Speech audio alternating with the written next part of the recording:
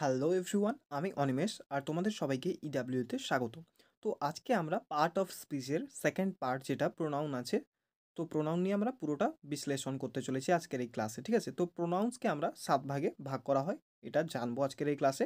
আর প্রত্যেকটা ভাগ নিয়ে আমরা ডিটেলসে আলোচনা করব। সো ফার্স্ট কি আছে? Personal pronoun, second demonstrative pronoun, third হচ্ছে ইন্টারোগেটিভ প্রোনাউন, ফোর্থ হচ্ছে পজেসিভ প্রোনাউন, ফিফথ হচ্ছে রিলেটিভ প্রোনাউন, সিক্স হচ্ছে রিফ্লেক্সিভ প্রোনাউন অ্যান্ড সেভেন্থ হচ্ছে ইন্টেন্সিভ প্রোনাউন্স।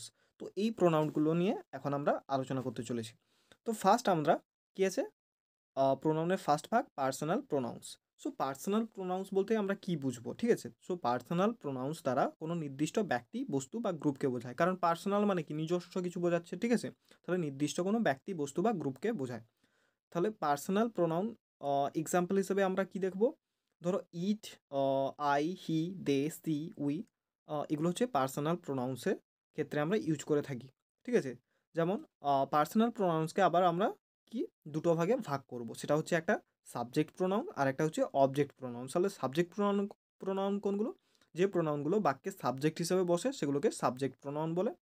ঠিক আছে, যেমন আই, উই, হি, সি, দে, ইট, এগুলো হচ্ছে সাবজেক্ট প্রোনাউন। আর অবজেক্ট প্রোনাউন কোনগুলো? সাবজেক্ট প্রোনাউনের আবার এক্সাম্পল কি? ধরো আমি এক্সাম্পল হিসেবে বললাম আই লাভ ব্যানানাস, তাহলে আমি কলা পছন্দ করি। তাহলে এখানে আইটা কি?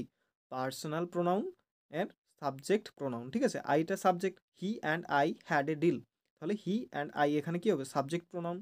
দে should go for a study tour, তাহলে এখানে দেটা হচ্ছে সাবজেক্ট প্রোনাউন। এখন অবজেক্ট প্রোনাউন কাকে বলবো? সাবজেক্ট প্রোনাউনের যেটা বিপরীত তাকেই আমরা অবজেক্ট প্রোনাউন বলবো। ঠিক আছে, অবজেক্ট প্রোনাউনগুলো কি কি হতে পারে? মি, আস, হিম, হার, দেম, ইট, এগুলো হচ্ছে অবজেক্ট প্রোনাউন। তো অবজেক্ট প্রোনাউনের উদাহরণ কি? ধরো আমি বললাম রাতুল লাভস হার, তাহলে রাতুল কাকে ভালোবাসে? তাকে ভালোবাসে, তাহলে এখানে হারটা হচ্ছে কি? Object pronoun. You should want them, তাহলে দেম এখানে অবজেক্ট প্রোনাউন্স। ঠিক আছে, প্লিজ টেক ইট সিরিয়াসলি, ইটটা এখানে অবজেক্ট প্রোনাউন্স। নেক্সট আমাদের কি আছে? Demonstrative pronoun. তো ডেমোস্ট্রেটিভ প্রোনাউন্স আমরা কাকে বলবো? না, ডেমোস্ট্রেটিভ প্রোনাউন্সগুলো নাউন এর আগে বসে থাকে। ঠিক আছে, কেন বসে থাকে নাউনের আগে? নাউনকে নির্দিষ্ট করে বোঝানোর জন্য। ঠিক আছে, এগুলো সাধারণত অ্যাডজেক্টিভ হিসেবে কাজ বেশি করে, কিন্তু নাউনটি উহ্য থাকে তখন এগুলো ডেমোস্ট্রেটিভ প্রোনাউন্স বলা হয়। ঠিক আছে, তাহলে ডেমোস্ট্রেটিভ প্রোনাউন্স কখন বলা হয়? ডেমোস্ট্রেটিভ প্রোনাউনগুলো নাউনের আগে বসে সেই নাউনকে ইন্ডিকেট বা নির্দেশ করে। এগুলো সাধারণত অ্যাডজেক্টিভ হিসেবে কাজ বেশি করে, কিন্তু যখন নাউনটি উৎস থাকে তখন এগুলোকে ডেমোস্ট্রেটিভ প্রোনাউন বলা হয়। ঠিক আছে, এক্সাম্পল হিসাবে কি? শুড আই ব্রিং দোজ, তাহলে দোজটা এখানে demonstrative pronouns. This is the last one that I left in the room, দিসটা হচ্ছে এখানে ডেমোস্ট্রেটিভ প্রোনাউন্স। তাহলে দোজ আর বিউটিফুল, এটা হচ্ছে দোজটা ডেমোস্ট্রেটিভ প্রোনাউনের এক্সাম্পল। নেক্সট আমরা কি দেখবো? Interrogative pronouns. তো ইন্টারোগেটিভ মানে কি? আমরা জানি প্রশ্নবোধক বা কোনো কিছু জিজ্ঞাসা করা। তাহলে ইন্টারোগেটিভ প্রোনাউন্স কাকে বলবো? কোনো প্রশ্ন জিজ্ঞাসা করার জন্য যে প্রোনাউন আমরা ব্যবহার করে থাকি তাদেরকে আমরা কি বলবো? ইন্টারোগেটিভ প্রোনাউন্স বলবো। Interrogative pronouns are use to ask make any question, তাহলে কিসের জন্য ব্যবহৃত হয়? কোনো কিছু কোশ্চেন জিজ্ঞাসা করার জন্য বা তৈরি করার জন্য। এক্সাম্পল কি? হু ইজ ইউর ফ্রেন্ড, তোমার বন্ধু কে? তাহলে এখানে হু হচ্ছে ইন্টারোগেটিভ প্রোনাউন্সের example. What do you want for a meal, তাহলে হোয়াটটা এখানে কি? Interrogative pronouns. Whom do you want, তুমি কাকে চাও? তাহলে এখানে হুম কোশ্চেন করার জন্য ব্যবহার করা হয়েছে। নেক্সট কি আছে আমাদের? Possessive pronoun. তো পজেসিভ প্রোনাউনের দ্বারা কি করা হয়? কোনো কিছুর মালিকানা বা অধিকার বোঝাতে possessive adjectives mine, our, their, his, her, its এরপরে যে নাউন থাকে তার পরিবর্তে যে প্রোনাউন ব্যবহার করা হয় সেগুলোকে আমরা কি বলবো? Possessive pronoun. ঠিক আছে, তাহলে পজেসিভ প্রোনাউনের এক্সাম্পল কি? এক্সাম্পল ধরো, এক্সাম্পল হিসেবে আমি বললাম have you brought your jacket, I didn't bring mine, তুমি কি তোমার জ্যাকেট কিনেছো? আমি তো আমারটা আনিনি, তাহলে মাইন। মাইন এখানে কি? Possessive pronoun. My book has been stolen by someone, can I see yours, তাহলে এটা একটা পজেসিভ প্রোনাউনের উদাহরণ। It is my dog not his, তাহলে এটা কি? আমার ডগ, তোমার না, তাহলে এটা পজেসিভ প্রোনাউন্সের উদাহরণ।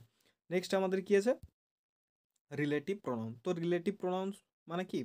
বাক্যের ভিতরে কোনো একটি নাউনের সম্পর্কে নতুন তথ্য সংযুক্ত করার জন্য রিলেটিভ প্রোনাউন্স আমরা ব্যবহার করে থাকি। যেমন that, which, who, whose, where are the relative pronouns. Example হিসাবে কি বলতে পারি? দ্য ম্যান হু ইজ ওয়েডিং the black sunglass is my uncle. তাহলে আমি এখানে হু দ্বারা আমার আঙ্কেলকে বোঝালাম, ঠিক আছে, আমার কাকুকে বোঝালাম। তাহলে এটা কি, হুটা হচ্ছে রিলেটিভ প্রোনাউন্সের উদাহরণ। নেক্সট কি আছে, this is the place where I lived for 2 years. এটাই হচ্ছে সেই জায়গা যেখানে আমি 2 বছর ধরে বসবাস করেছি। তাহলে হোয়ারের মাধ্যমে আমি কি ওই জায়গাটাকে রিলেট করলাম, তাহলে এটা একটা রিলেটিভ প্রোনাউন্সের উদাহরণ। The shirt that I brought the previous day were excellent. তাহলে আমি যে জামাটা আগের দিন কিনেছিলাম সেটা ছিল খুবই এক্সিলেন্ট ছিল, ঠিক আছে। তো এখানে দ্যাট দিয়ে আমি ওই জামাটাকে ইন্ডিকেট করলাম। সো এটা রিলেটিভ প্রোনাউন্সের একটা উদাহরণ। নেক্সট আমাদের কাছে intensive pronouns. So intensive pronoun কখন ব্যবহার করব? অন্য কোনো নাউন বা প্রোনাউনের ওপর গুরুত্ব প্রদান করার জন্য যে সকল প্রোনাউন ব্যবহৃত হয় তাদেরকে ইন্টেন্সিভ প্রোনাউন বলা হয়। তাহলে কাকে বলা হয়? অন্য কোনো নাউন বা প্রোনাউনের ওপর গুরুত্ব প্রদান করার জন্য যে সকল প্রোনাউন ব্যবহার হয় তাদেরকে ইন্টেন্সিভ প্রোনাউন বলা হয়। রিফ্লেক্সিভ প্রোনাউন এবং ইন্টেন্সিভ প্রোনাউন দেখতে একই রকম, ঠিক আছে, কিন্তু ইন্টেন্সিভ প্রোনাউন বাক্যে অবজেক্ট হিসেবে ব্যবহৃত হয় না।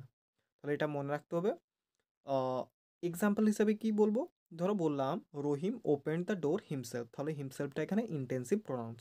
I wash my clothes myself. মাইসেলফটা এখানে ইন্টেন্সিভ প্রোনাউন্স। তো এই অবধি ছিল আজকে আমাদের এই ক্লাস, ঠিক আছে।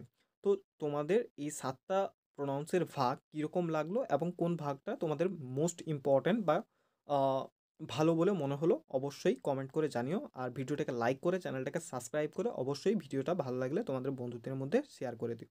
Thank you.